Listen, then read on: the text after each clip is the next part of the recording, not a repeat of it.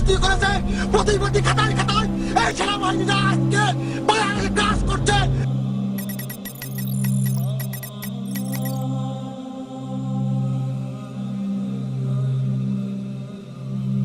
আমাদের সম্পর্ক রক্ত সম্পর্ক। We are partners not just for the liberation of Bangladesh but partners for the development of Bangladesh. We will always be partners for Bangladesh. So we are here, we were with you, we are with you and we will always be with you.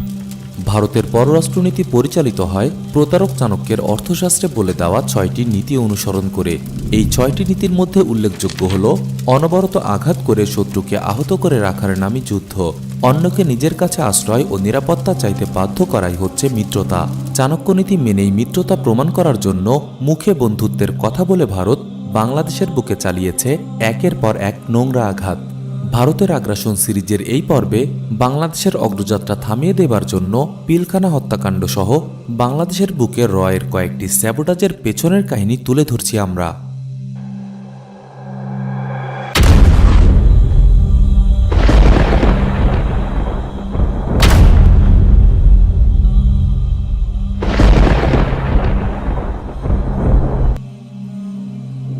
Pilkhana গণহত্যা 2009 সালের 25 ফেব্রুয়ারি বাংলাদেশের সীমান্তরক্ষী বাহিনী তৎকালীন BDR বর্তমান বিজিবির head office পিলখানায় হত্যাযজ্ঞ চালানো হয়। 57 জন সেনা অফিসার সহ 74 জনকে অত্যন্ত নৃশংসভাবে হত্যা করা হয়। সেই সাথে চলে লুটপাট, গণধর্ষণ।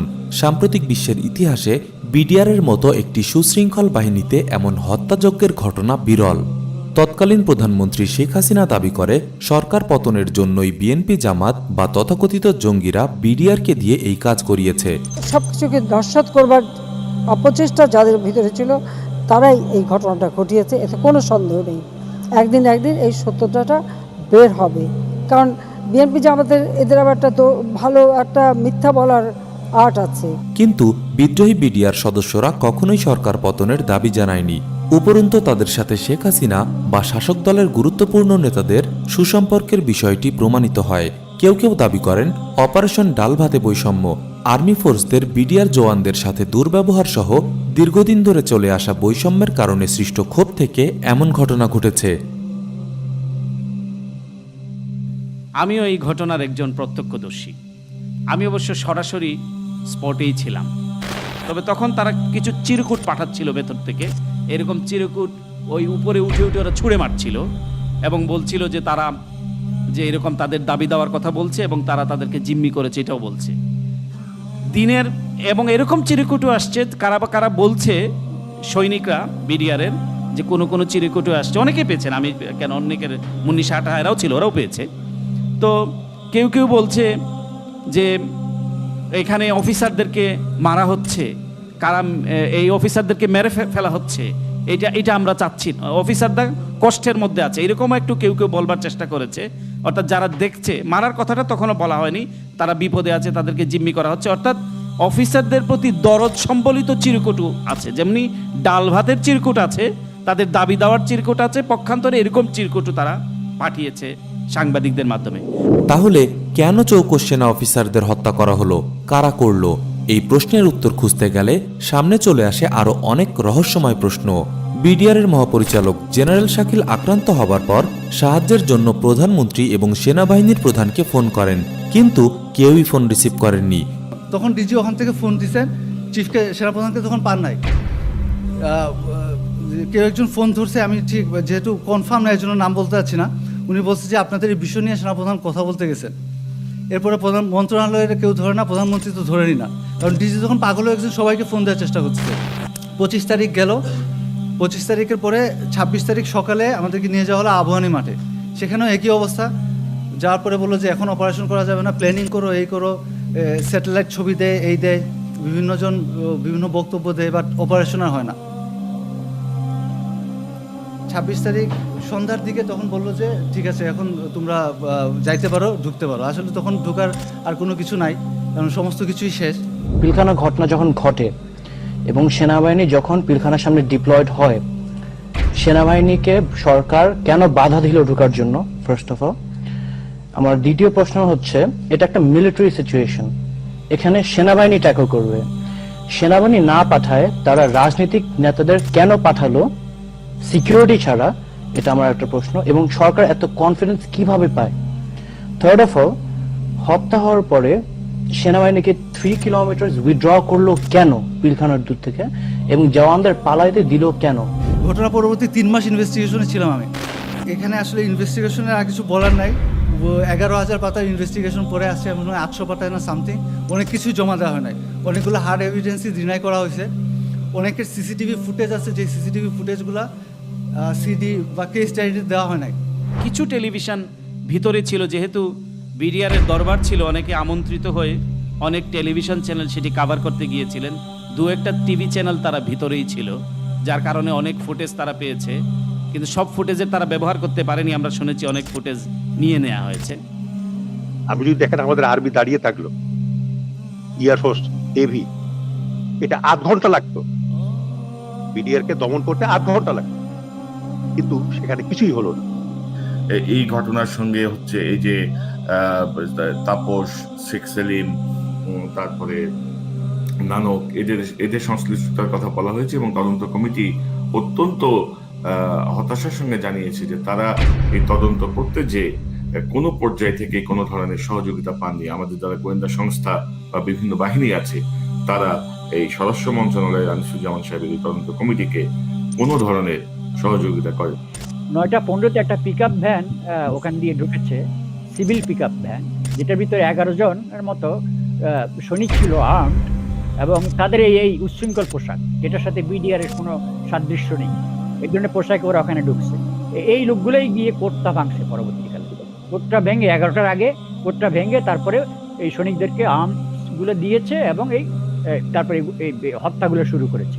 গেটের উপরে যে স্তম্ভগুলো আছে, এই স্তম্ভগুলোর উপরে দাঁড়িয়ে কারা যেন কি বলবার চেষ্টা করছে জওয়ানরা। অনেকের চেহারা দেখেছি, আপনারাও অনেকে দেখেছেন, কিন্তু চেহারার সাথে আমাদের চেহারা, আমাদের বাংলাদেশি যে চেহারা, এই চেহারার সাথে কোনো চেহারা তার ভিন্নতাও লক্ষ্য করা গেছে। বিডিআর মহাপরিচালকের হত্যাকাণ্ডের সংবাদ সবার আগে প্রচার করে ভারতীয় মিডিয়া। সবার পূর্বে সংবাদ তারা কিভাবে সংগ্রহ করলো?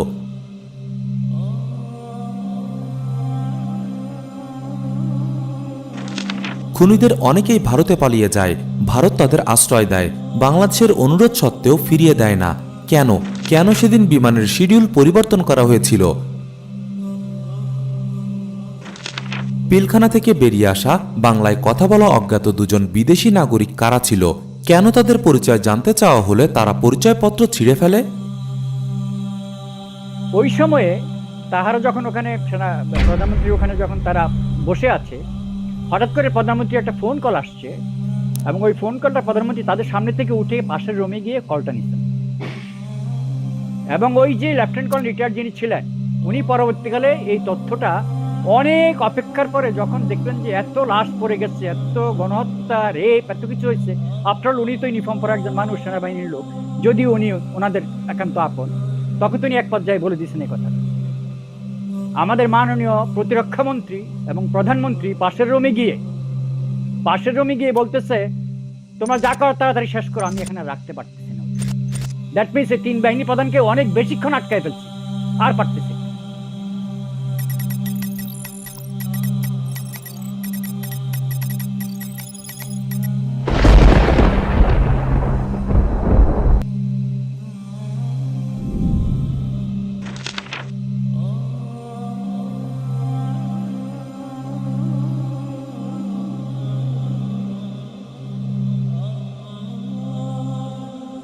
সে এবং তাদের একজন ডিএডি সহ কমপক্ষে 10 জন সিপাহীর সঙ্গে হাসানুল হক ইনুর নিয়মিত যোগাযোগ ছিল। ইনু তাদেরকে প্রয়োজনে বিদেশ পাঠিয়ে দেওয়ার আশ্বাস দেয়। জিয়াউল জানায়, তারা একাধিকবার শেখ সেলিম এবং তাপসের মুখে শুনেছেন অপারেশন ভালো হলে সজীব ওয়াজের জয় খুশি হবে। বিডিআর বিদ্রোহের ভিডিও ফুটেজে বহিরাগতদের বিডিআরের পোশাক পরিধান করতে দেখা গেছে। এরা বিডিআরের সাথে সম্পৃক্ত নয়। বিডিআরের সাবেক মহাপরিচালক মেজর জেনারেল আনোয়ার হোসেন বলেন, মুখোশ পরিহিতারা বিদেশ থেকে এসেছে, তারাই ছিল মূল ঘাতক। সিলেটে 19 জন বিদেশি এসে বিডিআর ইউনিফর্ম বানিয়ে সেগুলো টেস্ট করে ওখান থেকে ওরা ফ্লাই করেছিল একটা হেলিকপ্টারে ঢাকায়। সেই হেলিকপ্টারের পাইলট ছিলেন লেফটেন্যান্ট কর্নেল শহীদ নামে আমাদের সেনাবাহিনীর একজন অফিসার, এয়ার রেজিমেন্টের। পরবর্তীকালে সেই শহীদ সাহেবকে এয়ার ক্র্যাশ করে মেরে ফেলা হয় যমুনা ওই মাল্টিপারপাস ব্রিজের ওখানে। আপনাকে বলি, এই সোহেল তাজ সাহেব এই ঘটনার সাথে সায় দিতে ব্যর্থ হয়েছেন বলেই আজকে সে পলাতক। আওয়ামী লীগের তৎকালীন মুখপাত্র এবং স্থানীয় সরকার ও পল্লী উন্নয়ন মন্ত্রী সৈয়দ আশরাফুল ইসলাম স্বয়ং এটা স্বীকার করেছে। সে বলেছে এর পেছনে বিদেশি শক্তি সক্রিয় ছিল। এরকম অসংখ্য বিষয় থেকে প্রমাণিত হয় যে এটি কোনো মতেই বিডিআর জওয়ানদের তাৎক্ষণিক বিদ্রোহ ছিল না, বরং এটি ছিল ভারতের সুপরিকল্পিত এক হত্যাকাণ্ড। অনেক আগে থেকেই ভারত বিডিআর হত্যাকাণ্ডের পরিকল্পনা করে রেখেছিল।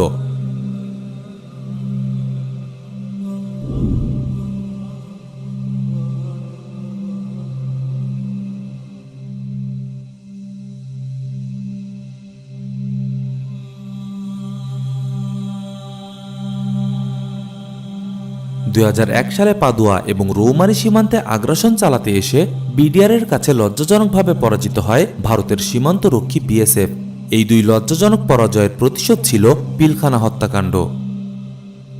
পদুয়া রৌমারিটা পরেরটা, এটা পদুয়াটা একটা, আর রৌমারি কিন্তু আরো অনেক দূর। আমি আসছি সেটা, তো আমি জাস্ট এখন 2-3 মিনিট সময় নেব, কারণ এই প্রেক্ষাপটটা জানাটা খুবই গুরুত্বপূর্ণ। ওরা দুই পক্ষ স্বীকারই করলো যে 16 জন মারা গেছে ওদের, বাট দুই দেশেরই মিডিয়া আরও দেখালো যে মূলত 70 থেকে 80 জন মারা গেছে, এবং কমপ্লিট এই ব্যাটেলিয়ানটা অলমোস্ট ওয়াইপ আউট হওয়ার পথে প্রায় 300-এর উপরে ওখানে আহত হয়েছে। এই দুইটা ঘটনা, এই দুইটা পরাজয় ভারতের, এই দুইটা পরাজয় থেকে ভারত বুঝে নিল, আমি সরাসরি ভারতের কথাই বলছি বিকজ এখানে রাগডাক করার সময় নেই আর এটার মধ্যে। ভারত বুঝে নিল যে এই বিডিআর বাহিনী যতদিন পর্যন্ত সেনাবাহিনীর কমান্ডে থাকবে, সেনাবাহিনীর অফিসারদের, এটাকে কোনো অবস্থাতে কিছু করা যাবে না। সুতরাং এটাকে এখন প্রতিহত করতে হবে। আর এই দুইটা পরাজয় ভারত কোনো অবস্থায় সহ্য করতে পারছিল না। এরপর থেকেই ষড়যন্ত্রটা শুরু হলো। সংক্ষিপ্তভাবে বলতে গেলে এক পর্যায়ে এসে বিডিআর এর ভিতরে অপারেশন ডালবাদ চালু হলো পরবর্তীকালে, যখন 111-এর সরকার পরিবর্তন হলো, জেনারেল মঈন যখন ক্ষমতায় আসলো, সুকৌশলে ওই প্রোগ্রামটা দিয়ে এই ওদের মধ্যে একটা কোন্দল সৃষ্টি করে দিল, এবং সৈনিকরা এক পর্যায়ে অভিযুক্ত করলো অফিসারদেরকে যে এই অপারেশন ডাল ভাতের টাকা কোথায়, এই সেই, এই ধরনের একটা বিরাট বিশৃঙ্খলা সৃষ্টি হলো বাহিনীর ভিতর। ওইটার অজুহাতে এই বিদ্রোহ, এবং এই বিদ্রোহের মধ্যে কিন্তু ভারতীয় কিছু সৈনিকেরও অংশগ্রহণ ছিল, যাদেরকে আপনি মাথায় ওই বন্দনা পরা অবস্থায় দেখবেন, এরা এক পায়ে দাঁড়িয়ে আছে। আমাদের বিডিআর সোলজাররা কিন্তু যথেষ্ট স্মার্ট, তাদের দৈহিক কাঠামো, তাদের দৃষ্টিভঙ্গি, তাদের মাথার টুপি, সবকিছুতে বোঝা যায় এরা বাইরের কোনো আগত কোনো বাহিনী।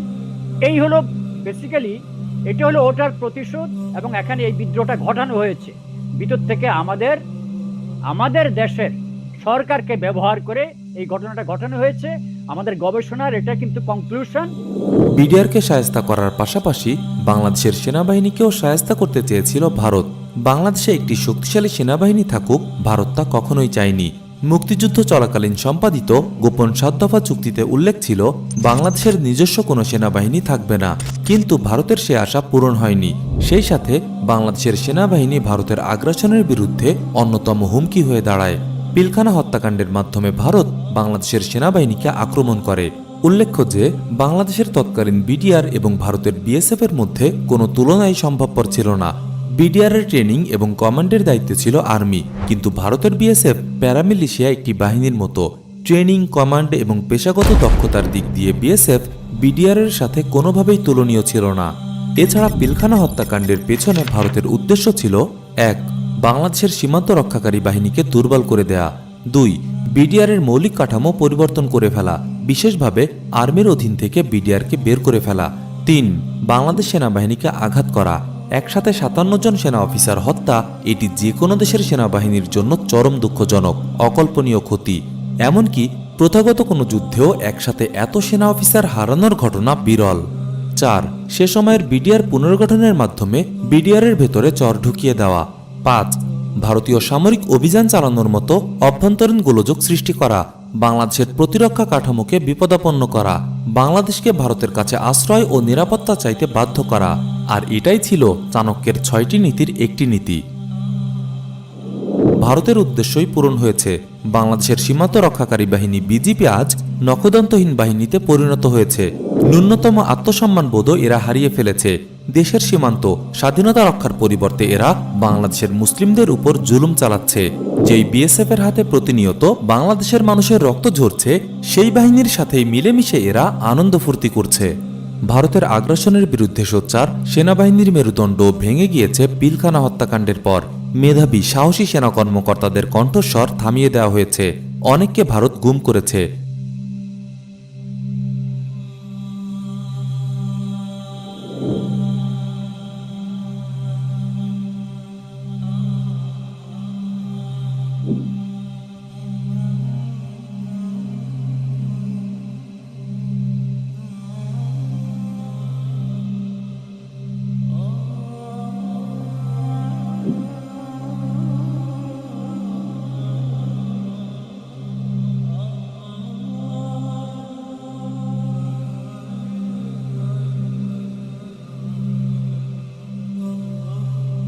একটি স্বাধীন দেশের অভ্যন্তরে ঢুকে একটি বাহিনীর সদর দপ্তরে দিনে দুপুরে নাটকীয় হত্যাযজ্ঞ চালিয়ে ভারত বেরিয়ে যেতে পারে। আর এই প্রেক্ষাপট একদিনে তৈরি হয়নি।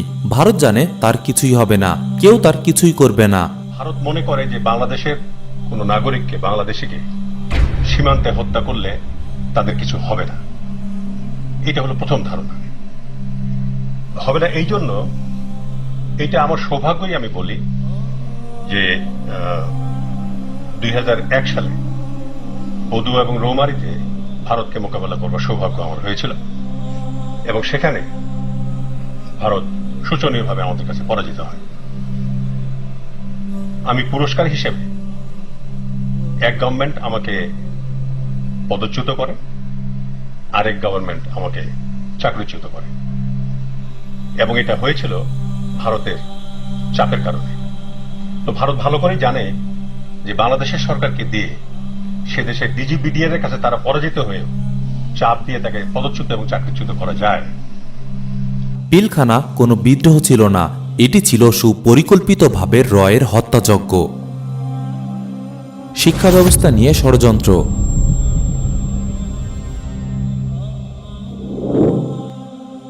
বাংলাদেশের শিক্ষা প্রতিষ্ঠানগুলোতে সন্ত্রাস উস্কে দেওয়ার জন্য ঢাকাস্থ ভারতীয় কমিশনের র উইং সবসময় তৎপর থাকে। অপরাপর সকল দূতাবাস গুলশান বারিধারার ডিপ্লোম্যাটিক জোনে থাকলেও ভারত ধানমন্ডির 2 নম্বর রাস্তা থেকে তাদের দূতাবাস স্থানান্তরে রাজি ছিল না দীর্ঘদিন।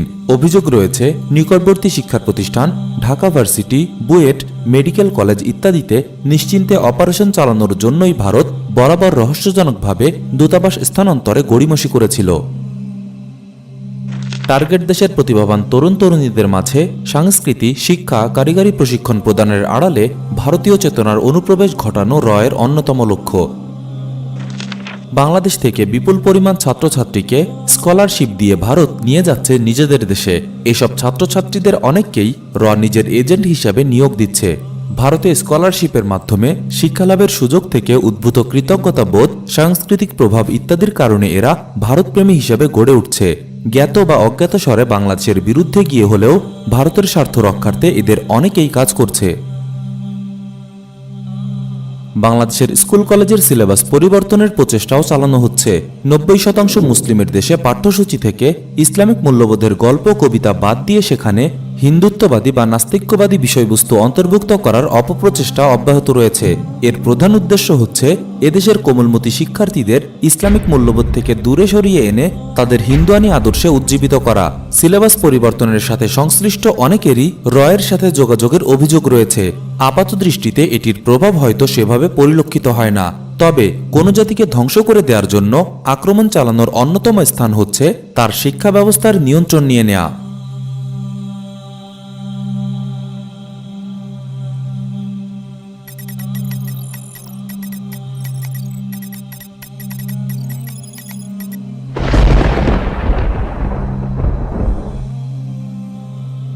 উন্নয়নমূলক কর্মকাণ্ডে বাধা।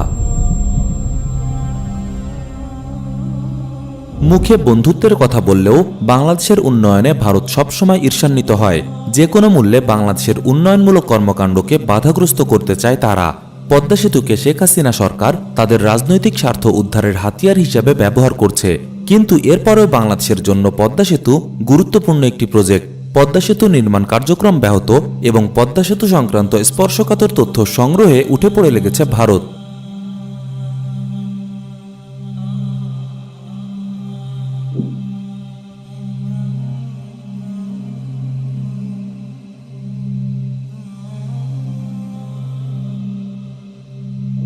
বিশেষভাবে লক্ষণীয় হল পদ্মা সেতুতে আটক হওয়া ভারতীয়দের বেশভূষা ছিল পাগলের মতো। ভারতের সীমান্তরক্ষী বাহিনী বিএসএফ কয়েক বছর ধরেই অনেক মানসিক ভারসাম্যহীন ভারতীয়কে বাংলাদেশে পুশিন করেছে। এ নিয়ে বাংলাদেশের সীমান্তরক্ষীদের সাথে তারা সংঘর্ষে জড়িয়ে পড়ার উপক্রম করেছে।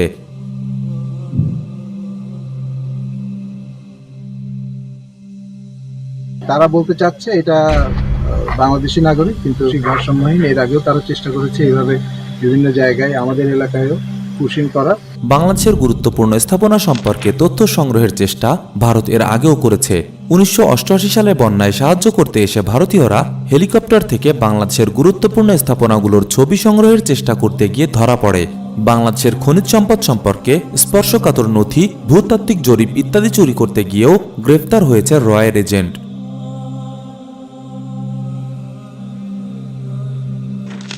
বাংলাদেশকে মৌলবাদী, সাম্প্রদায়িক, জঙ্গি রাষ্ট্র হিসেবে উপস্থাপন করে বা বাংলাদেশে অস্থিরতা তৈরি করে অনেক বিদেশি বিনিয়োগ আটকে দিয়েছে র। বাংলাদেশের শেয়ার বাজার ধ্বংস, পাট শিল্প ধ্বংস বা গার্মেন্টস সেক্টরে অস্থিরতার জন্য র তথা ভারত জড়িত বলে দাবি করা হয়।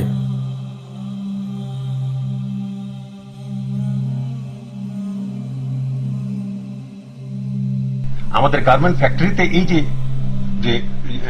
ওয়ার্কারদের যে আনরেস্ট হচ্ছে, এই যে আগুন লাগতেছে, এগুলোর পিছনেও নাকি ভারতীয়দের হাত রয়েছে। এমনকি চায়না থেকে সাবমেরিন ক্রয় নিয়েও ভারত তার জঘন্য হিংসাত্মক আচরণ চাপা রাখতে পারেনি।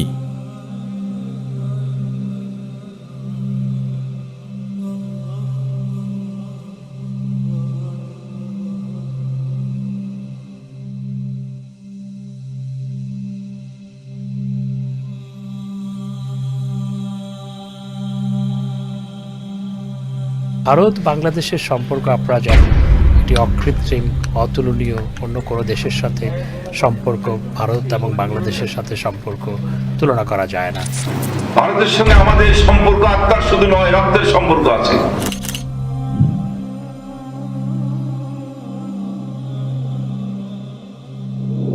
আমাদের প্রধানমন্ত্রী বলেন যে এটা একটা সোনালী অধ্যায় চলছে আমাদের রিলেশনশিপে, আর আমি আশা করি এটা আগেও আরো দৃঢ়, আরো গভীর হবে। প্রিয় দর্শক, আমাদের দায়িত্ব ছিল শত্রুর কর্মকৌশল আপনাদের সামনে উপস্থাপন করার। আমরা আমাদের দায়িত্ব পালন করেছি। এবার আপনাদের পালা। আমাদের ভিডিওগুলো শুধু লাইক, কমেন্ট বা শেয়ার পাবার জন্য নয়। আমরা চাই আপনারা ভারতের আগ্রাসনের হাত থেকে মুসলিমদের এই ভূখণ্ডকে রক্ষার জন্য সচেতন হবেন, নিজে দায়িত্ব নেবেন। ভারত আমাদের বন্ধু কশ্চিনকালেও নয়, ভারত আমাদের শত্রু। ভারত আমাদের সবচেয়ে বড় কাছের শত্রু। ভারত বাংলাদেশের জন্য সবচেয়ে বড় আগ্রাসী শত্রু। আমাদের ভিডিও সম্পর্কে আপনাদের মতামত, পরামর্শ জানাতে পারেন কমেন্ট সেকশনে। আপনাদের পরামর্শ সত্যের পথে আমাদের পথ চলার অনুপ্রেরণা যোগায়। ইনশাআল্লাহ বাংলাদেশের বুকে ভারতের আরও আগ্রাসী, বিধ্বংসী কিছু স্যাবোটাজের কাহিনী নিয়ে দেখা হবে আগামী পর্বে।